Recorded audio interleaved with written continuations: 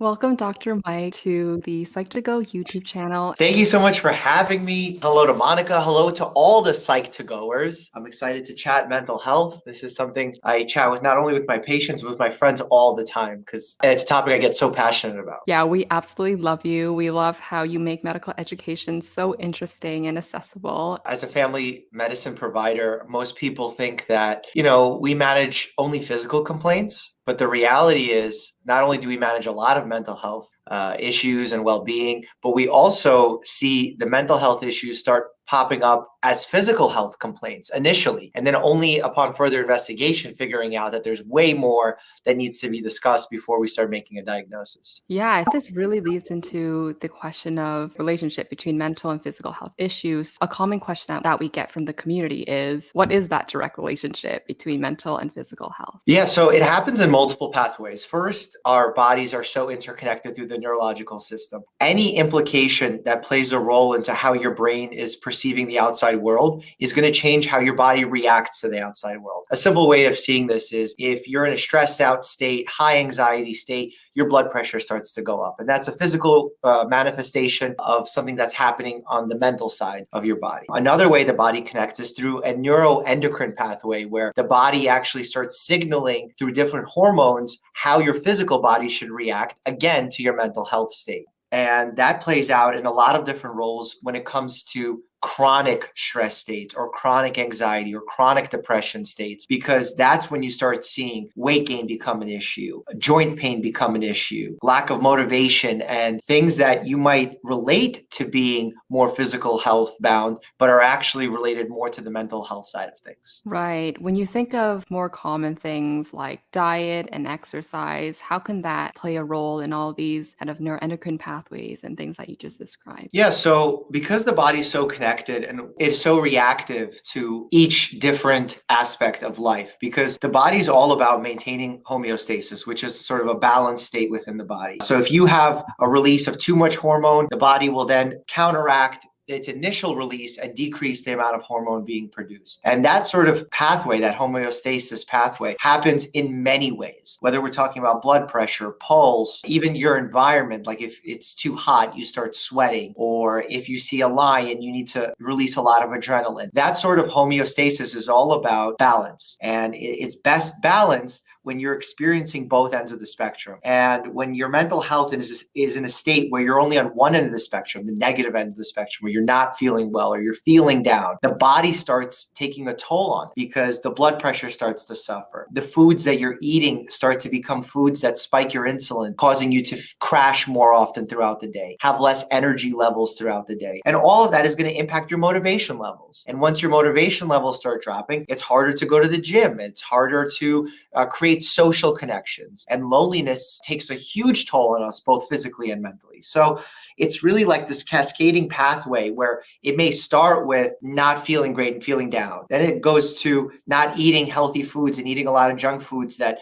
make you crash and not have motivation. Then to putting on weight, to having joint pains, to having less social connection. And that could further put you back into that cycle of not feeling great, of having anxious thoughts, depressive thoughts. And really, that's what a doctor should focus on when they're seeing you in the office or in a hospital setting. Because when we look at patients and we look at the issues that they bring forth to us, it's about understanding them as a whole person. It's very easy to just look at the end of that spectrum and say, oh, well, you don't have many social connections. Let's find you a social group to join. Or you're not eating healthy foods. Here's a list of healthy foods. I am technically providing you a solution, but it's not the solution to the actual problem, because the problem started much earlier in that pathway. And that's what a good doctor does. That's what a good clinician does, is try and figure out where that pathway starts. So we address that goal earlier on so that pathway doesn't even get a chance to form. And to me, that's the beauty of medicine. That's where I get to play detective to figure out why it's happening. Yes, we're talking about mental health causing these physical manifestations, but that's not always the case. Sometimes it is a physical issue that's causing the patient's symptoms. So that sort of touch and go balance, understanding the person in front of you, gaining trust with them. That's the beauty of medicine. That's why I enjoy being in a room with a patient. I think it's sort of similar to that biopsychosocial approach to medicine and really contrasting it to more like disease models of medicine. And I think medicine as a whole is going more towards the biopsychosocial approach, which is absolutely wonderful. wonderful. We have to treat people, patients as a whole rather than just kind of isolated parts. Yeah. And that's why earlier in my career, when I was a resident, I started seeing a lot of physical complaints come in. And being an osteopathic physician, I was doing some manipulation. I was getting them physical therapy, perhaps medications on board when they needed to, or injections. And then I realized, like, I feel like I'm missing part of the spectrum here because I'm doing what the textbooks told me to do. If a patient comes in with disease X, the treatment for disease X is Y, and I would prescribe Y. And then the patients would maybe get better or not get better at all. And then I would feel frustrated that I'm not helping this person, even though I'm following what the textbook told me to do. And that's when I began to realize that, like, the whole mantra of medicine being an art as much as it is a science is so true. But it's not because, like, the treatments are all that different and some people may have a different choice of treatment, but it's because of the diagnosis being so subjective, because patients view the world through their own lens. And then you have to view the patient through your own lens. And that's the art, because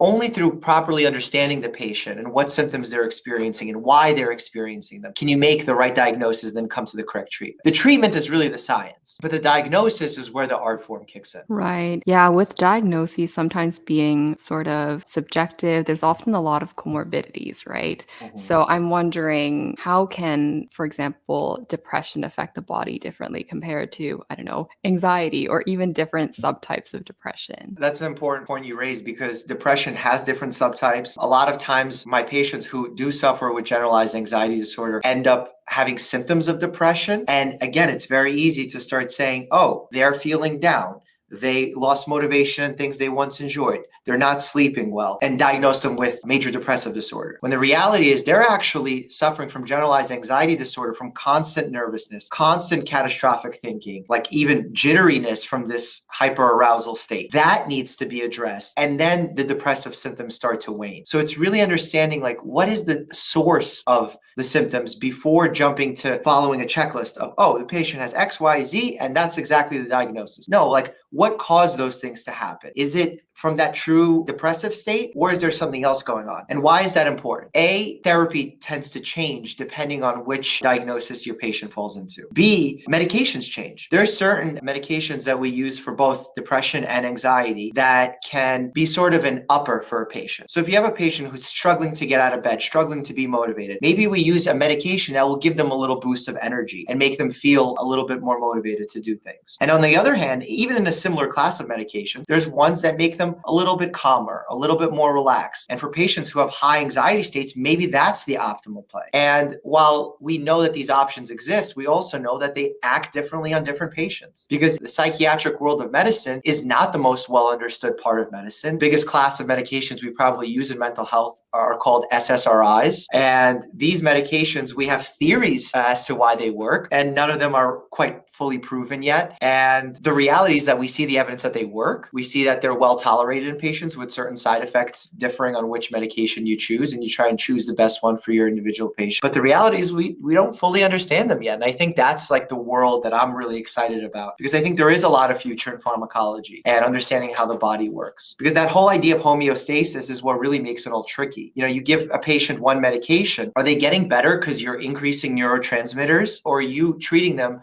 because their neurotransmitters are going up, and then their body, through homeostasis, is downregulating the receptors that those neurotransmitters bind to? So by flooding the neurotransmitters, that's not what's helping them. It's the body's reaction to that flooding and actually decrease sort of reactivity to those neurotransmitters. Maybe that's why they're helping. And that's what I'm so excited about, to figure out future and how that applies to each individual patient, because no one patient is the same as the other. And that's why we start with small dosages. We work our way up. We have a lot of education before we start medications.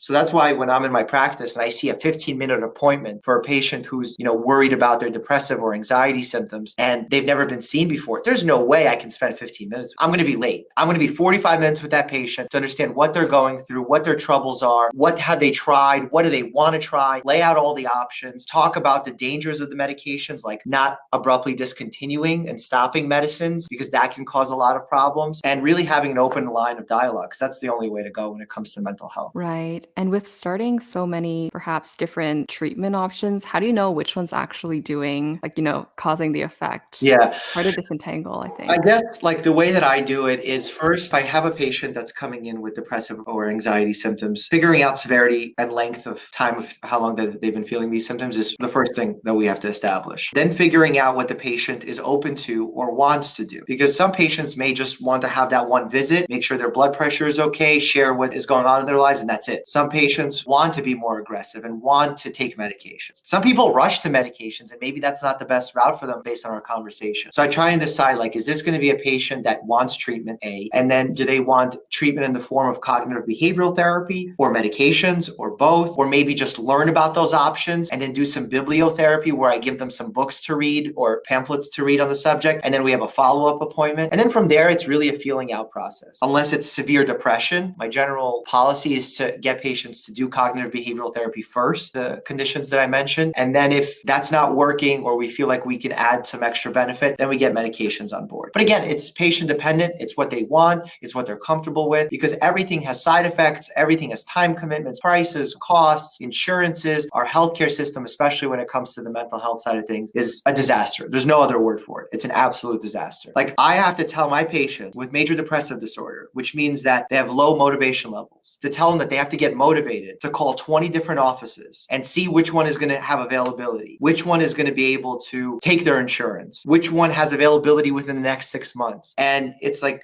a recipe for disaster, because that patient is already struggling to brush their teeth in the morning or take a shower. How can I expect for them to make all these calls? And that's where we have the introduction of interdisciplinary teams, where we have social workers, counselors on staff that can actually help patients with things like this, give them some assistance in finding availability, or perhaps be an interim counselor while they are waiting for their appointments that are booked super far down the line. That has been probably the biggest change that I've noticed over the last 5-10 years in medicine, of working as interdisciplinary teams, whether it's mental health related or even something like, dietitians or nutritionists, because we need that. We can't handle everything as primary care physicians. This is like physically impossible, especially with the time constraints we have. Yeah, there's a lot of barriers, it seems, even trying to access mental health in the first place, not even like when you're already in touch with the GP. And so I think it leaves a lot of people wondering whether their feelings of stress might just be the usual normal feeling of stress, or whether it could be something more that warrants a medical professional. So what are your thoughts on whether someone can tell if they should be reaching out to someone, or if it's kind of short-term and manageable on their own? My first thought is, if you're considering it, do it. Because the worst case scenario in that is that you go and you realize, like, you're glad you did it, but you don't really need it. That's literally the worst case scenario. And if that's the worst case scenario, you might as well go and like have the relationship with your GP that you're sharing what's going on in your life. But for me, it starts with exactly that, like having a GP, having a primary doctor. Because if you have a primary doctor, you're already seeing them regularly, and you're having what we call touch points in medicine, where you're interacting with your patient. In those moments, you can catch that the patient is feeling a little bit off. You can catch that something's going on in their life, that they may need some help, whether it's counseling related, medication related, or even physical health related. So to me, like, if you have a primary care doctor and you're considering that, should I go? I'm kind of feeling off. That's it. That's the sign. You're telling yourself to trigger. Go and allow someone with an objective perspective to take a look and see if you can benefit from some kind of help. And sometimes patients come in and they speak with me, and I feel like they're doing a great job coping, where I say, look, I think you're doing a great job. Why don't you take a look, read this book? I think it's going to help you a lot. There's some exercises and stuff to do in it. You can reconnect in a period of 2 to 4 weeks, see how you're doing. If you're not benefiting greatly from this and you could use more, we can escalate treatment. But it's really about that experimentation and figuring out what works best, because there's no one size fits all answer. There's no like score where you're like, if I feel like a 5 out of 10, that means I need to go see a doctor. It just doesn't exist, unfortunately, because mental health is a very subjective space, and it's a subjective space with a lot of outside influence. You could feel okay one day, but then your partner can be unfaithful to you the next day, and your whole mental state can change. And that's understandable. So at what point does it become a disorder versus a totally normal human reaction to someone breaking your trust or having a death in the family and you're grieving? There's a lot of misunderstanding that comes to that. I have young patients that come to my office believing that they themselves are depressed because they read it online or they see their favorite social media star talk about it. And when I start talking to them, they tell me that they had a death in the family recently, like a week before, 2 weeks before. And I asked them, like, if there was a person sitting next to you who recently lost a family member and they were down about it, would you tell them that they're depressed or there's something wrong with them? Say, no, absolutely not. I ask them, like, why are you feeling that way about yourself? And they sort of start to realize that, oh, this is normal. This is part of life, is being sad. bad. Part of life is experiencing the whole range of emotions. And it's really about that balance. Like, when does that balance get thrown off? Medically, the definition of the balance being thrown off is that it starts impacting your work. It starts impacting your ability to have relationships, family, social, romantic. And if those things are suffering, that's when it starts getting labeled quote unquote diagnosis or disorder. And,